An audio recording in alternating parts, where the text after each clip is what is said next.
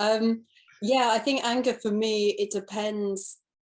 So it depends where I'm at with it. I'll either, and I'm interested to hear what both Chris and Alex have to say about this. It's probably something similar. But it'll depend if it'll either want to move, like it'll either want to release. So I'll either do emotional release, like I'll drive in the car and put some drum and bass on and I'll scream, or like scream into a pillow, or I'll like just fucking shake my body and just like shake it. Or if it's the kind that I can't really move, or it's not the situation where I can make a noise or whatever, I will just lie down, just like lie on the bed and just feel the anger burning up, like just feel it in my body, like go inside my body where it is, which is normally like you maybe find the solar plexus or your stomach. I just go into it and I just let it burn and I just feel it. And I just stay there as long as I can, as long as I can do it, and just keep moving towards it. That's what I do with anger. But it's a hard one because I find anger and irritation, it often wants to move. So it can feel really counterintuitive to sit there and do nothing. But yeah, interested to see what Chris and Alex have to say about this. Yeah, I think just to add to that, like, as you said, the anger wants to move. Anger is such a powerful force. And once we start to master anger, like it's such a transformational type of energy, like it really is. But what's important, I find, with anger, whether we let it out, whether we scream, shout into a pillow or whack some pillows, we do an exercise on the course, the 10-week course, with a towel, and we kind of bash the towel on the floor. What's important, once we release the anger, or even if we sit with the anger, is that we come to a place of stillness afterwards, a place of integration.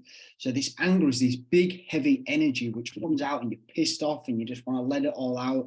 And it's very easy to get identified, especially if you can't let it out. It'll go into your head and you'll just start ruminating. Or when I get pissed off, and if I'm not letting it out in the past, it's like it'll just go into my head and I'll just start thinking of all these scenarios and like going over and over in my mind. So letting it out is important. But what's equally as important is the space around the anger, is the container which the anger is held in.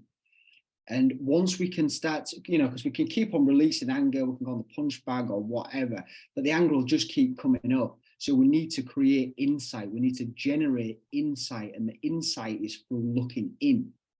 And we look inwards at the space which is holding the anger. So if you do release, then take time to sit and ask yourself the question, as Chris was saying, what is aware? What is aware right now of this anger? If you've got the space to do that, which you should have the space if you let it out, if you release some of it. Yeah, I hope that helps. Anything you would add, Chris? Yeah, no, that's great from both of you. I love those answers. And this one has been coming to me recently over the last year, actually. And with most of body work, with most of healing, with most of meeting what's there, we meet it with love. Everything is to be met with love. Now, anger sometimes likes something else. Anger sometimes wants to be respected.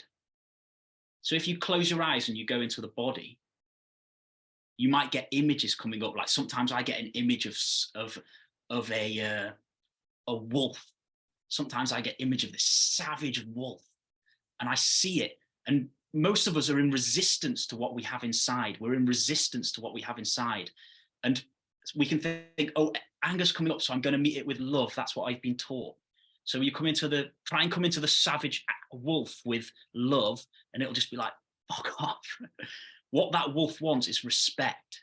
So you come into it, you see the image, any images that come into your mind. It might be a wolf, it might be a prisoner behind bars, but we'll stick with a wolf. And you say something to it like, yes, I'm glad you're within me.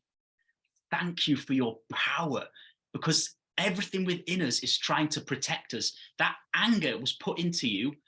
It's not something that's gone wrong. It's here to protect you. It was here to protect your heart. And sometimes anger needs to hear respect.